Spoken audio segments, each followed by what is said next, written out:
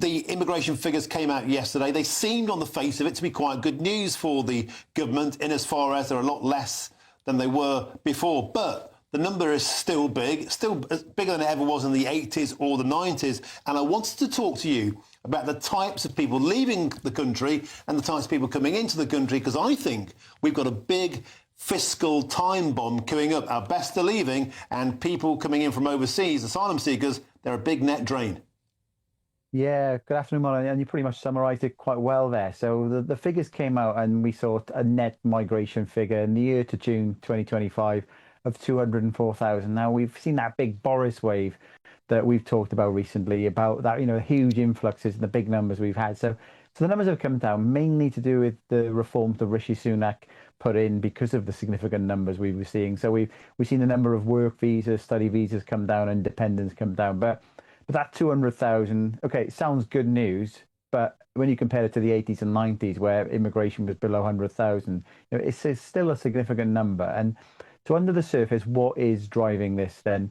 What we've still got in the numbers, and we continue to see this, is we've got net emigration, so that's people leaving the country from Brits, and that tends to be people around the ages of 16 to 34. So those people who normally go into the labour force, that kind of early jobs or the peak part of that labour market, Brits are leaving the country. And then what we're continuing to see is non-EU migrants coming in, more than the Brits that are leaving, which is adding to the population, and a similar number in terms of 16 to 34 in terms of the age groups, but there's more of them. So we're losing young Brits, they're going abroad. We're losing some people back to the EU as well, and we're seeing an influx of people from outside of the European Union who tend to do lower skilled jobs.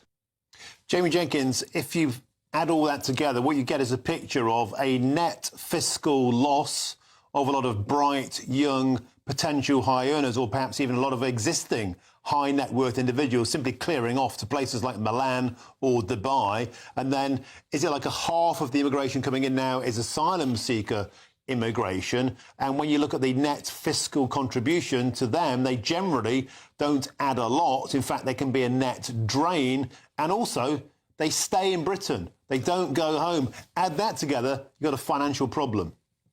You do have a financial problem, and what you tend to find as well is that when people are coming to the most common countries people are coming from in this non-EU pool is from India, China and Pakistan. China tends to be a lot of students, and then you've got the other two countries, and they also tend to have larger families, Martin, and obviously with the lifting of the two-child cap, they will probably disproportionately benefit because they will have larger families when they come over, and they'll be obviously get the benefits from there.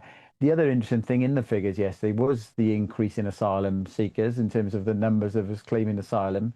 And the most remarkable figure that wasn't even in the ONS release this week was what was kind of leaked out of the Home Office, which is we've lost 54,000 illegal migrants. And so this is a Home Office that's clearly out of control. And if you read the annual report, Martin, they say their duty is to protect the border and protect the public.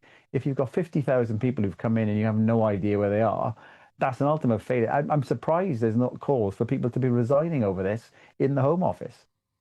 Everywhere you look, there's fresh scandal after scandal. Thanks for being patient. Thanks for joining us today. I always appreciate your expertise. I really do. Thank you, Jamie Jenkins.